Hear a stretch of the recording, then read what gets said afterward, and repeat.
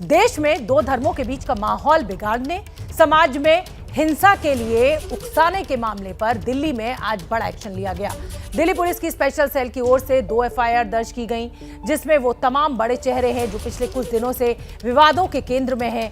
विवादित बयान के चलते देश विदेश तक चर्चा में रही नुपुर शर्मा का भी नाम है, तो उनके भी नाम है जो कल तक नुपुर शर्मा के बहाने बीजेपी पर हमलावर थे।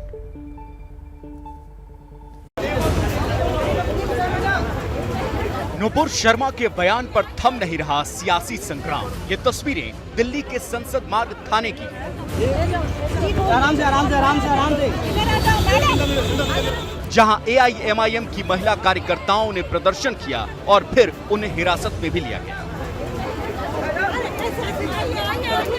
सड़कों पर इस बवाल के पीछे नेताओं की ओर से दिए जा रहे भड़काऊ बयान हैं।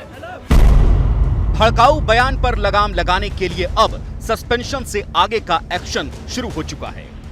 बीजेपी प्रवक्ता नुपुर शर्मा के खिलाफ एफआईआर दर्ज हो चुकी है और एफआईआर में सिर्फ एक नुपुर का नाम नहीं बल्कि कुल 33 लोगों के नाम हैं।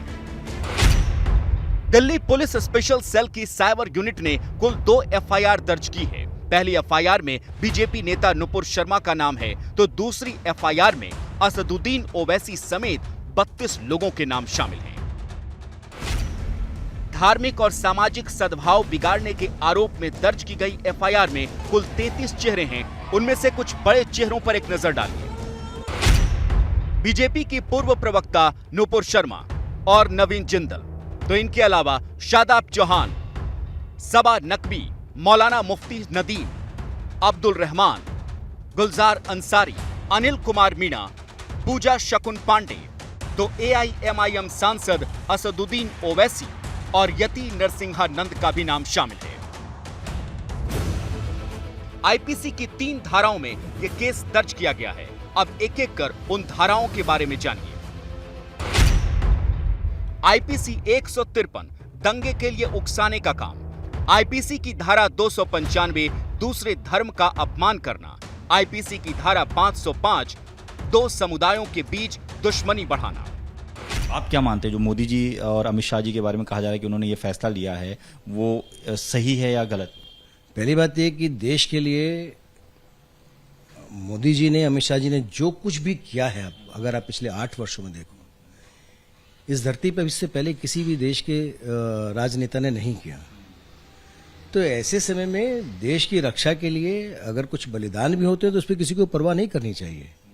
जिन नेताओं के बयान पर धार्मिक सौहार्द बिगाड़ने और जिनके चलते देश विदेश तक हंगामा मचने के आरोप हैं, पुलिस अब उन लोगों पर सख्त हो गई है। लेकिन बीजेपी की सरकार पर राजनीतिक हमले भी हो रहे हैं।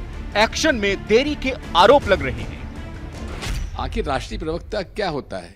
यदि इनके विचार फ्रिंज एलिमेंट की श्रेणी में आते हैं तो क्या जवाबदारी नड्डा जी की नहीं है? क्या भारत सरकार की नहीं है? क्या प्रधानमंत्री और गृह मंत्री जी की नहीं है? हम लोग जब आपत्ति कर रहे थे, भारत के लोग लिबरल, उनकी बात पर आपको असर नहीं हुआ। अरब देशों की बात पर आपको इतना इनकी चोट लग गई। एबीपी न्यूज आपको रखे आगे।